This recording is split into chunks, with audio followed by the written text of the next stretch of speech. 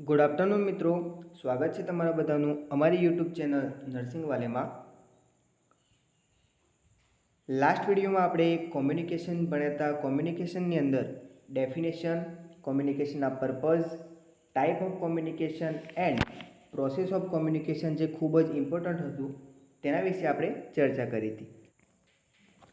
હવે આપણે જોઈશું કોમ્યુનિકેશનના રિમેનિંગ ટોપિક જેવા કે principle of communication and barrier of communication. First આપણે વાત કરીએ પ્રિન્સિપલ ઓફ કોમ્યુનિકેશન। ઓકે, તો કોઈ બી પ્રોસેસના પ્રિન્સિપલ હોય તો એટલા માટે હોય કે જે બી પ્રોસેસ થઈ રહી છે એને પરફેક્ટલી પરફોર્મ કરવા માટે પ્રિન્સિપલ હોય છે। ઓકે, જોઈએ આપણે કોમ્યુનિકેશનની અંદર 5 પ્રકારના પ્રિન્સિપલ અહીંયા દર્શાવ્યા છે, જેની અંદર ફર્સ્ટ છે consciousness, second correctness, third clarity, consideration and last છે કોર્ટેઝી। ઓકે, તો જે બી કોમ્યુનિકેશન પ્રોસેસમાં આપણે આ બધા પ્રકારના પ્રિન્સિપલનો યુઝ કરી અને જો કોમ્યુનિકેશન કરશું તો એક બેસ્ટ લેવલની કોમ્યુનિકેશન આપણે કરી શકીએ છીએ। ચલો આના મતલબ સમજીએ। ફર્સ્ટ છે કોન્શિયસનેસ। ઓકે, તો જોઈ શકો છો તમે અહીંયા કોન્શિયસનેસ, જે બી કોમ્યુનિકેશન આપણે કોન્શિયસલી એક્સપ્લેન કરીએ છીએ તો સામેવાળું ઇઝીલી એને સમજી શકશે। જો આપણે અનકોન્શિયસલી અથવા તો રેન્ડમલી કંઈ બી એક્સપ્લેન કરી રહ્યા છીએ તો સામેવાળાને પણ અન્ડરસ્ટેન્ડ કરવામાં તેમાં તકલીફ પડતી હોય છે। ઓકે, તો જો કોન્શિયસલી આપણે કંઈ બી એક્સપ્લેન કરીશું તો એક બેસ્ટ લેવલની કોમ્યુનિકેશન આપણે કરી શકીએ છીએ। આ હતો એનો ફર્સ્ટ પ્રિન્સિપલ। સેકન્ડ પ્રિન્સિપલ છે કરેક્ટનેસ। કોઈ બી કોમ્યુનિકેશનની અંદર કરેક્ટનેસ એ ખૂબ જ ઇમ્પોર્ટન્ટ છે।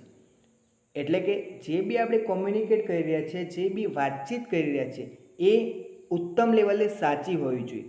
મતલબ આપણે કંઈ બી ખોટું કહી રહ્યા છીએ અથવા તો તુક્કા મારી રહ્યા છીએ તો સામેવાળાને પણ એ સાંભળવામાં ઇન્ટરેસ્ટ નથી આવતો અને એક સારી કોમ્યુનિકેશન થઈ શકતી નથી। એટલા માટે આપણે બેઝિક વર્ડ પરથી સમજી શકીએ છીએ કરેક્ટનેસ એટલે કે જે બી આપણે કહી રહ્યા છીએ, જે બી આપણે બોલી રહ્યા છીએ એ સાચું હશે તો સારી રીતે આપણે કોમ્યુનિકેશન કરી શકશું। ઓકે, તો આ હતું કરેક્ટનેસ। થર્ડ છે ક્લિયરિટી। આપણી કોમ્યુનિકેશન પ્રોસેસમાં ક્લિયરિટી પણ ખૂબ જ ઇમ્પોર્ટન્ટ છે। એટલે કે જે બી આપણે કહી રહ્યા છીએ એ ક્લિયરલી હોવું જોઈએ। એટલે કે આપણે જે વેમાં એક્સપ્રેસ કરી રહ્યા છીએ એ ક્લિયર હોવું જોઈએ। ઓકે,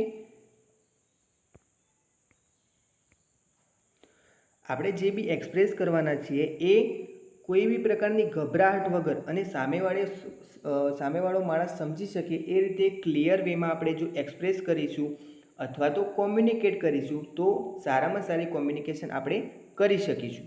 ઓકે, નેક્સ્ટ છે કન્સિડરેશન। કન્સિડરેશન શબ્દનો અર્થ થાય છે વિચારણા। એટલે કે કોમ્યુનિકેટ આપણે જે બી કરી રહ્યા છીએ એ જે બી બોલી રહ્યા છીએ એ વિચારીને બોલીશું તો એક પ્રકારની સારી કોમ્યુનિકેશન આપણે કરી શકીશું। ઓકે, તો કન્સિડરેશન પણ એક મહત્ત્વનો પ્રિન્સિપલ છે કોમ્યુનિકેશન માટે। ઓકે, આની અંદર આપણે કોઈ બી પ્રકારના તુક્કા મારવાના નથી અથવા તો સામેવાળાને કંઈ ખોટું લાગે એ રીતે વાતચીત કરવાની નથી। જો સામેવાળાને ખોટું લાગે એ રીતે વાતચીત કરીશું તો આપણી કોમ્યુનિકેશન આગળ વધશે નહીં અથવા તો સામેવાળો ત્યાંથી જતો રહેશે તો આપણે પછી કોઈ જોડે વાતચીત કરી શકવાના નથી। એટલા માટે કન્સિડરેશન પણ કોમ્યુનિકેશન માટેનો એક મહત્ત્વનો પ્રિન્સિપલ છે।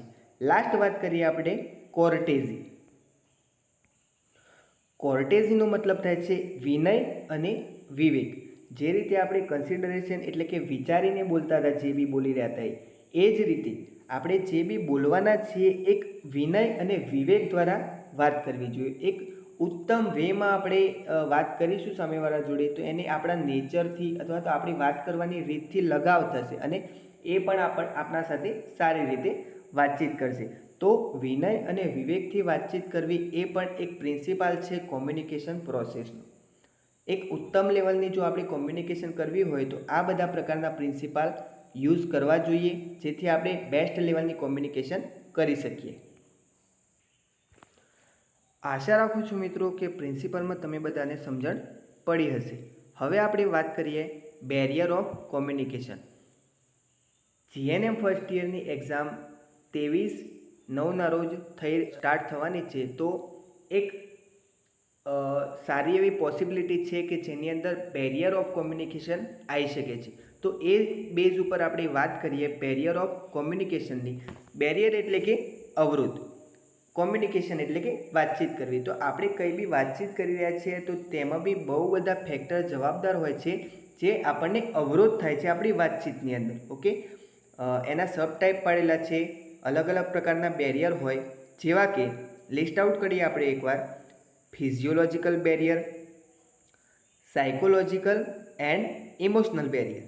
ઓકે, નેક્સ્ટ છે physical barrier, then language barrier and last છે ઓર્ગેનાઇઝેશનલ બેરિયર. ફર્સ્ટ વાત કરીશું મિત્રો આપણે ફિઝિયોલોજિકલ બેરિયર, કે જેની અંદર શું ઇન્ક્લુડ થશે? હ્યુમન બોડીની જે એબનોર્માલિટી હોય, કોઈ માણસના હિયરિંગમાં પ્રોબ્લેમ છે, અથવા તો સ્પીકિંગ બોલવામાં એને પ્રોબ્લેમ થઈ રહ્યો છે, ઓકે, અથવા તો કંઈક અન્ડરસ્ટેન્ડિંગ કરવામાં પ્રોબ્લેમ થઈ રહ્યો છે, તો આ બધી વસ્તુઓ ફિઝિયોલોજિકલ બેરિયરની અંદર ઇન્ક્લુડ થશે. જો માણસ બોલી શકતો નથી, અથવા તો તૂતડું બોલે છે, અથવા તો એમ બોલવામાં ઇન્ટરપ્શન આવે છે, પ્રોબ્લેમ આવે છે, તો સામેવાળો સમજી શકવાનું નથી અને એના કારણે આપણી કોમ્યુનિકેશનમાં બેરિયર આવશે. તો આ હતું ફર્સ્ટ ફિઝિયોલોજિકલ બેરિયર. સેકન્ડની વાત કરીએ આપણે સાયકોલોજિકલ બેરિયર અથવા તો ઇમોશનલ બેરિયર. ઓકે, તો આ ટોટલી વસ્તુ માણસના મૂડ ઉપર આવી જાય છે. કોઈ પર્સન ડિપ્રેસિવ મૂડમાં છે, અથવા તો એંગરમાં છે, અથવા તો એના જોડે બીજો કોઈ ઇમોશન છે કે જેની અંદર એ પ્રોપરલી કોમ્યુનિકેશન કરી શકતો નથી.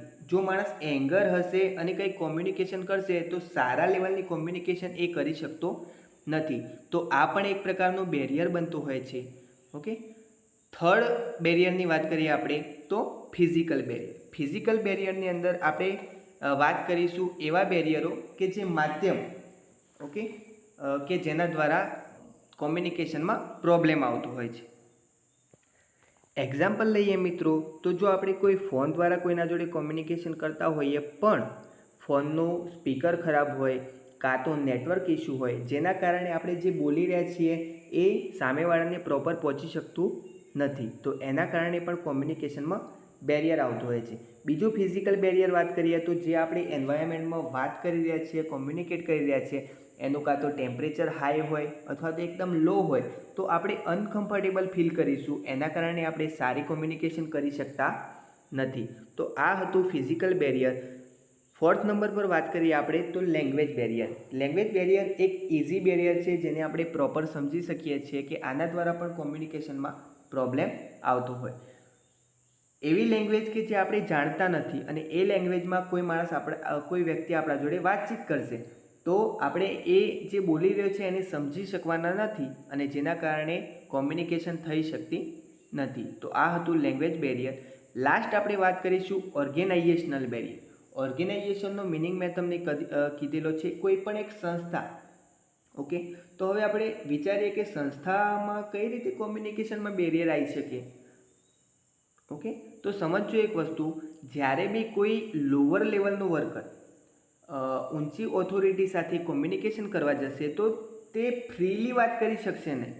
એક પ્રકારનું હેઝિટેશન હશે વાત કરવામાં, અથવા તો રિસ્પેક્ટ. ઓકે, તો એના કારણે એક ફ્રી વેમાં વાત કરી શકતો નથી, એટલા માટે પણ એક પ્રકારનું બેરિયર ત્યાં હાજર હોય છે અને સારી રીતે કોમ્યુનિકેશન થઈ શકતી નથી. તો આ હતું બેરિયર ઓફ કોમ્યુનિકેશન. આ સિવાય પણ અમુક બેરિયર ઇન્ક્લુડ થતા હોય છે કે જે આપણી કોમ્યુનિકેશન પ્રોસેસમાં પ્રોબ્લેમ પેદા કરતા હોય છે, જેવા કે કલ્ચરલ બેરિયર છે, સોશિયલ બેરિયર છે, જેન્ડર બેરિયર છે.